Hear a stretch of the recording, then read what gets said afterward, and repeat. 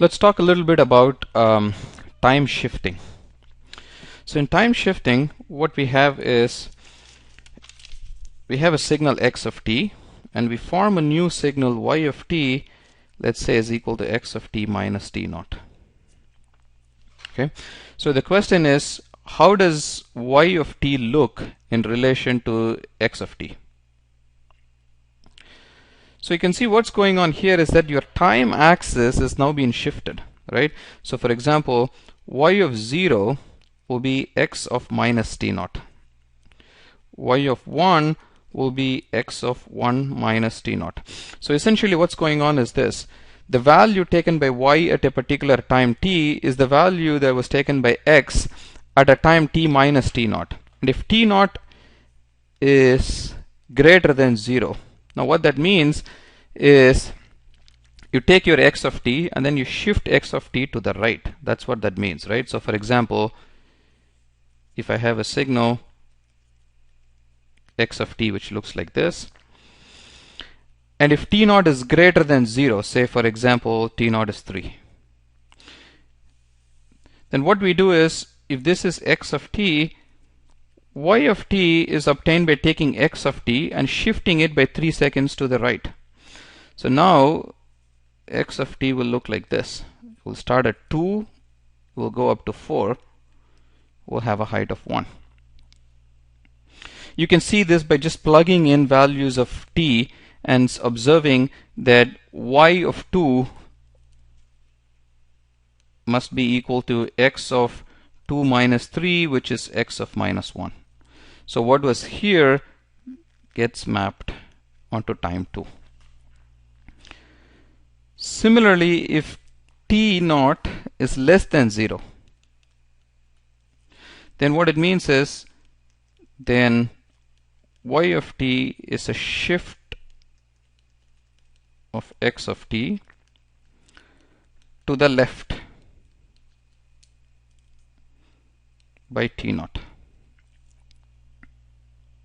Okay, so for example, if t naught is minus 2, then we take x of t. So we take x of t and we shift it by 2 units to the left.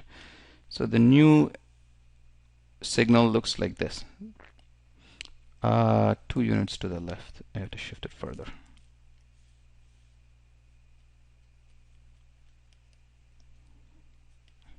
Notice that the height has not changed. Okay. So here is an example of where you may see where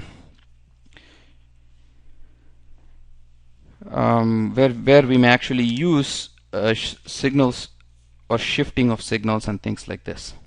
Okay. A good example is what happens in cellular phones or a cellular communication system.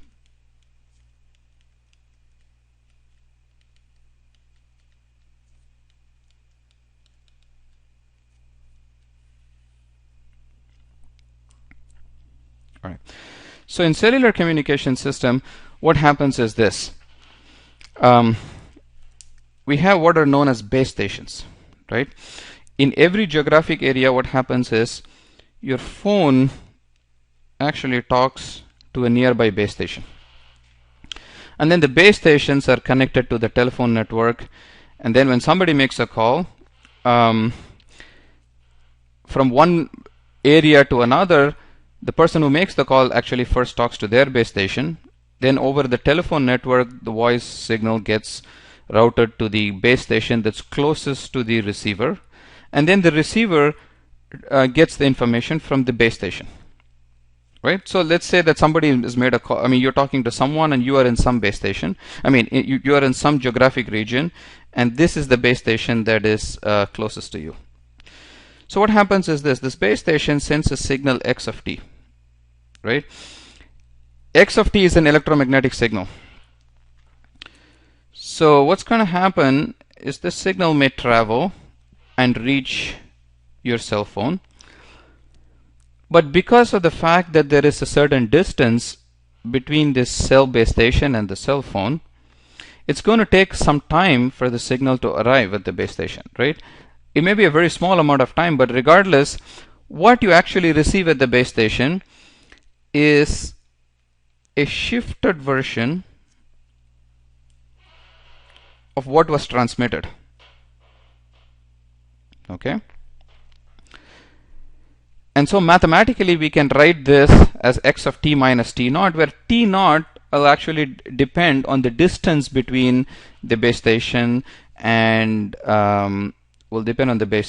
your phone. Now what's interesting is this. You may have, let's say, a mountain, not in this part of the United States, but so maybe we'll have, let's say we have a building instead of a mountain here. So you have a building, and what can happen is you may have a reflection from the building, right? You may have another path. So the antenna actually radiates power in many directions, and one of these paths may actually go hit this building, get reflected, and then arrive at your cell phone as well. But notice that this path is longer than this path. So the amount of time it takes for this path to arrive at your cell phone is higher than the time that it takes for the straight path. And when it arrives at the receiver, what happens is they all add up together, right? So a mathematical model, so what we're actually interested in when we build cell phones is what you want to understand is this. If I transmit the signal x of t from the base station, what am I going to receive at my cell phone, right? And so if you now you can write mathematically, you will be able to express y of t in terms of x of t, because what it tells you is that y of t has to be x of t minus t naught plus x of t minus t1 if the time delay associated with this is t naught, time delay associated with this is t1, and maybe you have a few more paths, so on and so forth. So this gives a mathematical model to model what happens in a cellular communication system. Okay, so this is one example where time delay is useful, or a mathematical model for time delay is useful. Okay. Now shifting of discrete time signals in time is done the same way, and there is nothing that's substantially different between these. So what I mean is, if x of n is a discrete time signal and y of n is equal to x of n minus n naught, then you can obtain y of n from x of n by shifting x of n to the right or left, depending on whether n naught is greater than 0, shift right, n naught is less than 0, shift left.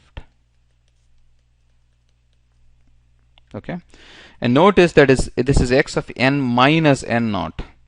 Okay, if you had x plus n naught, then of course these two things get flipped. Okay, all right. Now that we understand scaling of time and shifting of the time axis, the next thing to do is to put these two things together. So in other words, if x of t is a signal, and we want this form the signal x of a times t minus b. Okay, how does this signal look? If I give you a picture for x of t, can you draw y of t? Or we can think of this as having multiple transformations. Okay, because notice what's going on here. There is a shift of time as well as a scaling. So here is the shift, here is the scaling of the time axis. There are two things that happen here, right? So the question here is this: in what order should we perform these operations? So to give you an example,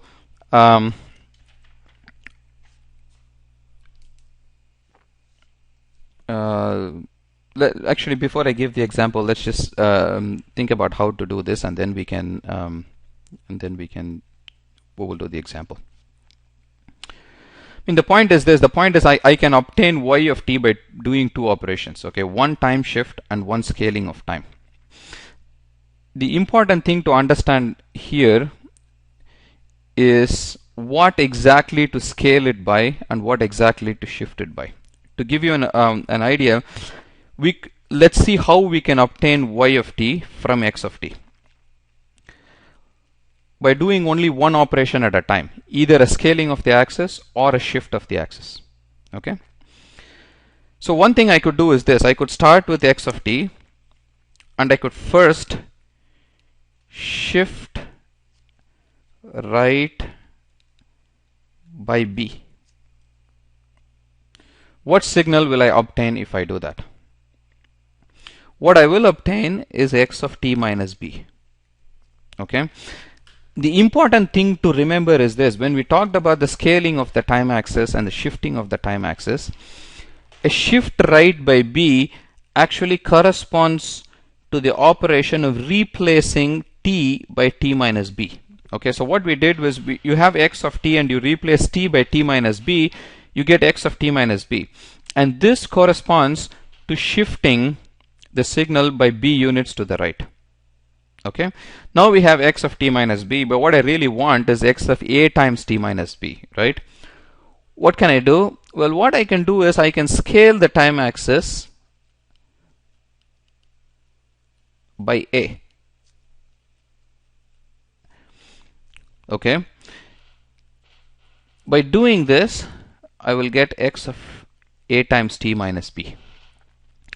Now the confusing part for many students is this. The confusing part for many students is if you take x of t minus b and if you scale it by a, whether you get x of a times t minus b or whether you get x of a times t minus b as a whole, which is x of a times b, a times t minus a times b. This is the correct answer and this is the wrong answer. Okay, and the way you can understand this is to realize when you scale the signal by a, you are only replacing t by a times t. Okay, so the point is wherever there is t in this expression, you should replace this t by a times t, not the entire argument of x. You should not replace t minus b by a times t minus b like what is done here. This is not right. Okay, so the key thing to remember is this. The key thing to remember is that a shift operation corresponds always to replacing t by t minus b, not the entire argument. A scaling operation corresponds to replacing t by a times t, not the entire argument. Okay, once you understand this, I think it becomes a lot easier. Now if you go to the textbook or several books, they will talk about rules for which operations to do first, which operations to do second and stuff like this. I actually think it is not, I don't think it is necessary to memorize all these things, because actually you can perform these operations in the opposite order as well. Let me show you really quickly that what I could have done is I could have actually scaled my time axis first and then shifted, but I should be careful as to scale it by what and shift it by what. If I'm careful about that, then it doesn't really matter. So for example, let's do this problem now, and let me choose to first hang on just one second. Yeah, let me choose to first scale the time axis here. So what I'm going to do is this. I'm going to start with x of t and I'm going to scale the time axis. Now what do I need to scale it by? See, ultimately I need to get something which looks like a times b, right? So let me scale by a. So this means I should replace my t by a times t. So I will end up with x of a times t. Okay, now comes the interesting question, right? What do I need to shift it by now? See, if I shifted by just b, then what would happen is this.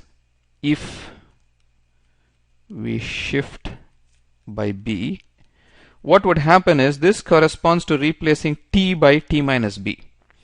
So if I take t and replace by t minus b here, I end up with x of a times t minus a times b. But that is not what I want, right? What I want is only x of a times t minus b. I do not want this a here. So, but what we could have done instead of this is to say, okay, this is really not what I want. But what if I shifted by b over a instead of b? Now this corresponds to replacing t by t minus b over a.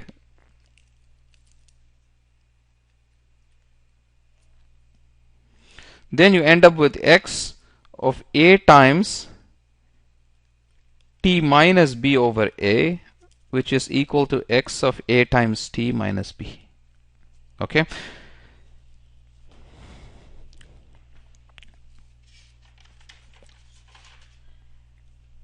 Now notice that a can actually be positive or negative. What is the meaning of a is negative? It just means scale it and then reflect it. Okay. Now we'll work out a couple of examples and we'll do a little more. I think that will make this clear. This is actually one of the things that if you don't pay attention, you can make mistakes. Okay. So please pay some attention here.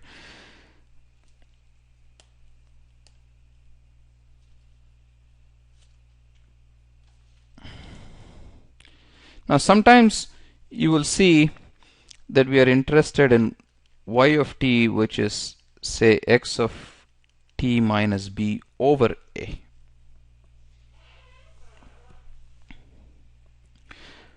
We can do this pretty much in the same way as we did the previous one. We can either shift or scale, and then we can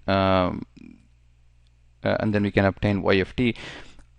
So let's just quickly go through these transformations here. So what I could do is I could start with x of t, and first I can scale the axis by 1 over a. Right? This corresponds to replacing t by t over a. I will end up with x of t over a. Now I can shift by b, which corresponds to replacing t by t minus b. I will end up with x of t minus b over a. An alternate thing that I could have done is I could have taken x of t. I could have first shifted by b over a. So this corresponds to replacing t by t minus b over a. So I end up with x of t minus b over a. Now I can scale by 1 over a, which corresponds to replacing t by t over a, which is x of t over a minus b over a, which is x of t minus b over a.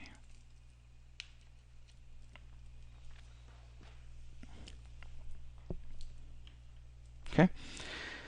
The last thing I want to do is, just so that we don't get confused with these negative numbers, let me work out one or just explicitly mention how to get something of this form.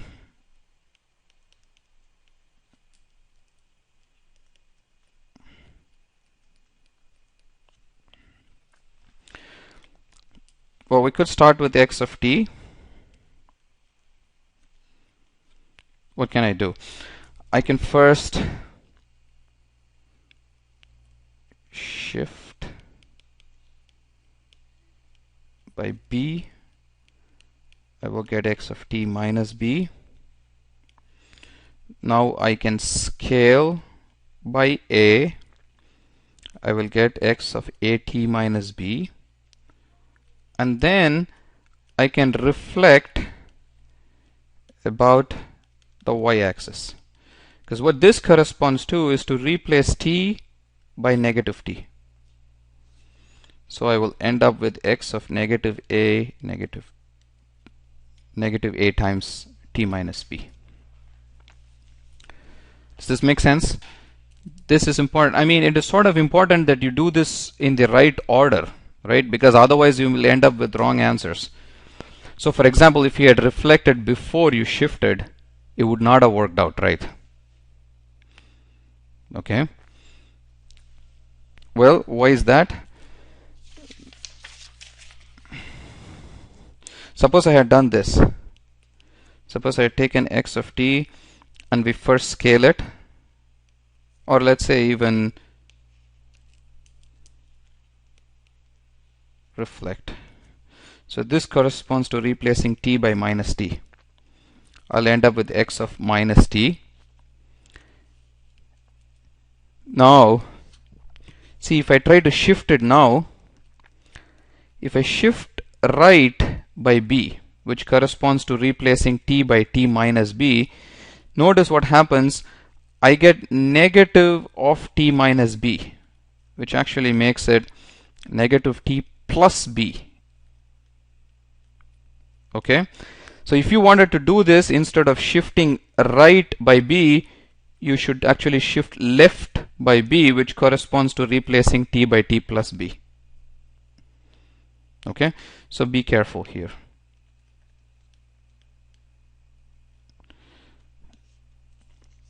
The thing is to always remember that when you reflect, you replace t by t minus t by minus t. You scale, you replace t by a times t. You shift right, you replace t by t minus b.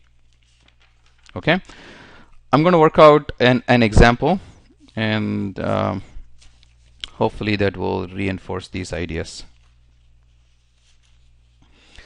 So here is an x of t.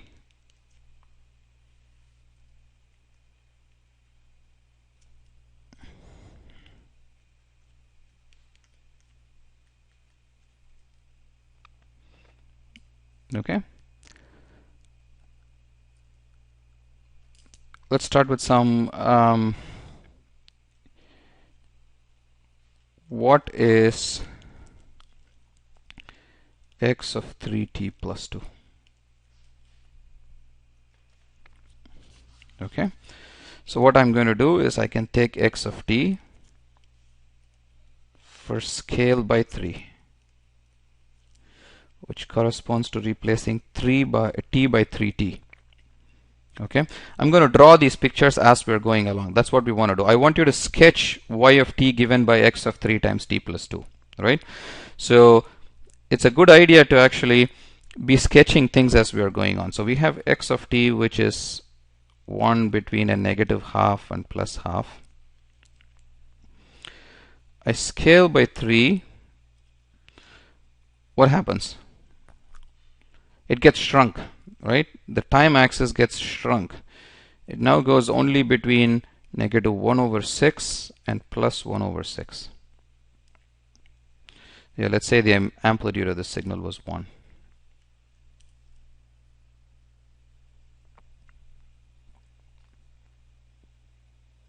Okay, so what have I obtained here? At this point I have obtained x of 3t, and what I need to do now is I need to obtain x of 3t plus 2. So what do I need to do?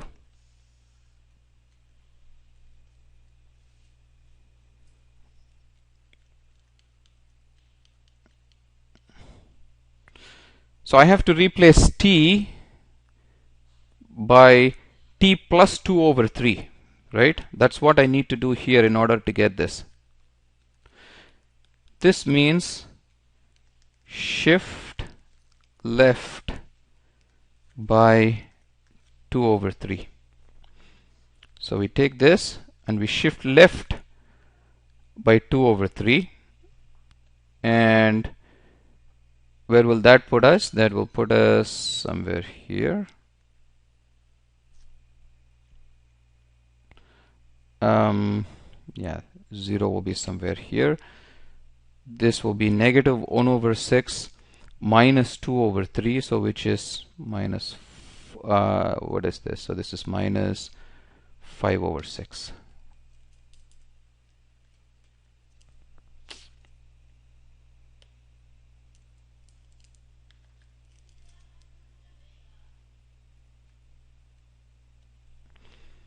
And this will be minus 3 over 6, which is a half. Right? It's 1/6 minus 2 over 3. 2 over 3 is 4 over 6. So it's 3 over 6, negative half. Yeah.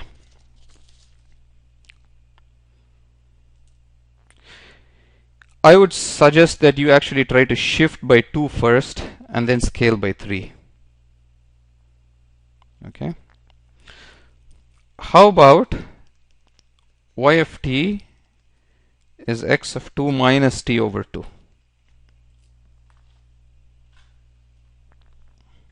Okay. Well, what can we do here? I can start with x of t. I can first shift by 2 to the left.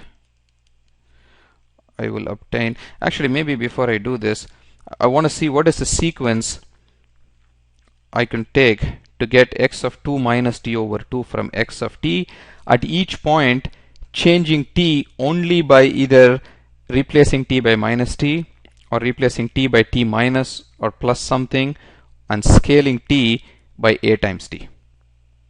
Okay, it looks like what I can do is this. I could start with x of t, first get x of t over 2 from here. Then I can get, or maybe I'll do it like this. I can get x of t plus 2.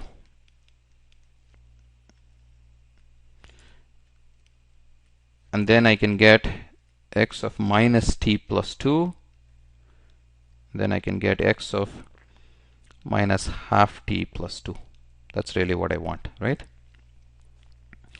But what do these operations correspond to? This corresponds to shift left by 2. Reflect about the y-axis. Flip about the y-axis. Scale by half, which means expand by 2. Okay. So if we begin with the x of t we had, which was, and we perform these operations, let's see what we would get. We would shift left by 2. So I would get something like this. So this would be negative 3 over 2 to negative 5 over 2. Then I would reflect about the y-axis, which puts this, makes this positive. So I'd go between 3 over 2 and 5 over 2. Now I'm going to scale the axis by 2, which means I'm going to stretch the whole signal out by 2. And notice when we stretch that, we have to make sure that 0 always coincides with 0. Okay, so which means I have 0, the 3 over 2 now becomes 3, and 5 over 2 becomes 5. So the signal gets much wider, and this is the final result. And you can always do a sanity check. You can always see whether values of the signals match up, right? Because what I could do is I could plug in different values of t here and see whether my final result makes sense, because I'm claiming this is y of t now, right? Let's pick some values. Say t is 0. So this says y of 0 must be equal to x of 2 minus 0, which is x of 2. And x of 2 was originally 0. Oops. X of 2 was originally 0. And so I get y of 0 to be 0. That makes sense. How about y of 4? This must be x of 2 minus 2, which is x of 0, which is 1. Indeed, it's 1. That makes sense. Right? So in this way, you can plug in a few values and then you can see whether your final answer is correct or not. And the same things work for discrete time signals as well. Okay.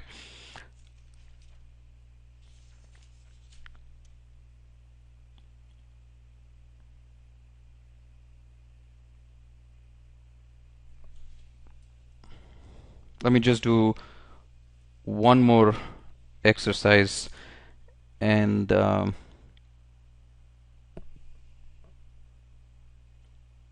yeah, just one more, and then we'll stop.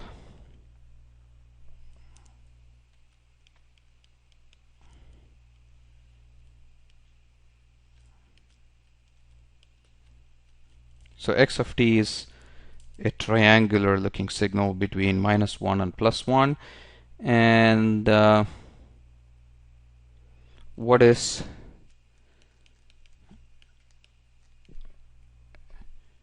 two times t minus 2? Okay, so I took this problem from the book. I want to say that sometimes people write these things, and you should be a bit careful to realize that this is actually 2 times t minus 4. That's all.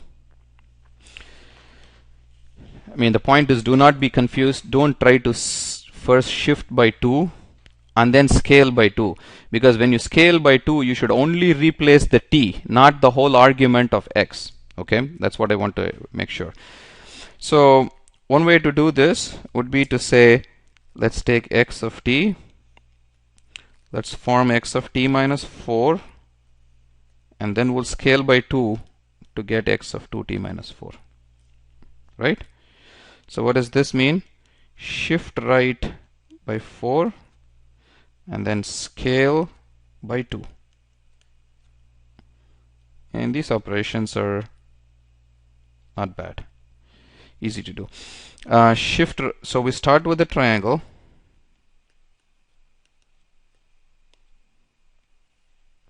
and then we shift by 4. So now this goes from 3 to 5, and then we scale by 2. So now the triangle looks like this. So that's the final answer.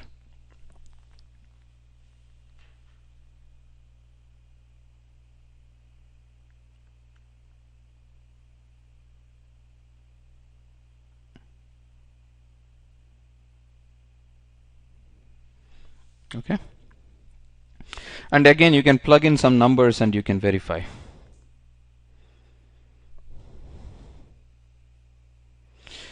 You could have also first scaled and then shifted, right? So if you decide to do that, what you need to do is this: take x of t, scale by 2, you will get x of 2t. Now shift by 2 to the right, because that corresponds to replacing t by t minus 2, and you will end up with 2 times t minus 2.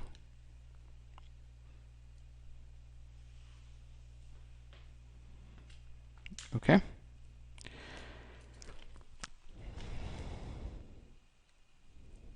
I will stop here.